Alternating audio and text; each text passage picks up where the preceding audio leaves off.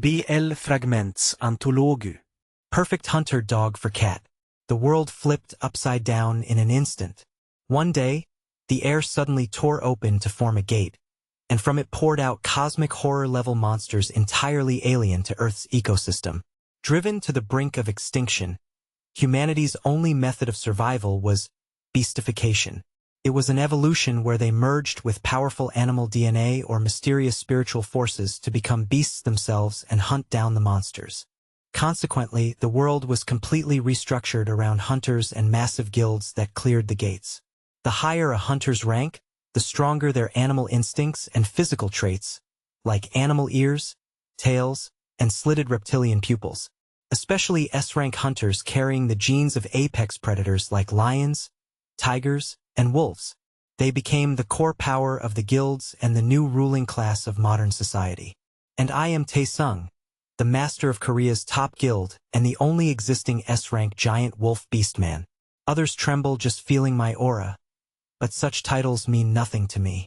The center of my world and the purpose of my life is just one person.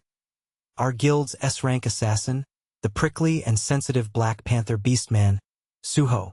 Suho, just eat half more of this sandwich, okay? The temperature inside the gate we're entering today is -10 degrees.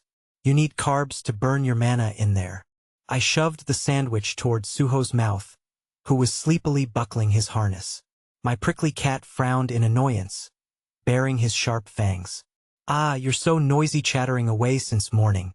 I told you I'll manage my own stamina. And if you manage it yourself and collapse like last time, just thinking about my heart dropping back then makes me feel like my lifespan shortened. Despite his grumbling, Suho eventually took a small bite of the sandwich I offered. Seeing those pretty lips munching made the corners of my mouth twitch upward involuntarily. I naturally reached out and cupped the back of Suho's neck. I could feel his steady pulse beneath my palm, and as my body heat touched him, a very faint purring vibration surfaced, as if his instincts found it pleasant. Even though he hissed on the outside, Suho didn't swat my hand away. Gate opening in 30 seconds.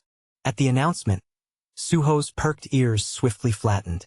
I also took my hand off his nape and grasped the hilt of the massive greatsword slung across my back. The hungry predator began to flash its eyes. It was time to create the perfect hunting ground for my cat to play to his heart's content. The inside of the gate was a living hell tangled with disgusting slime and tentacles.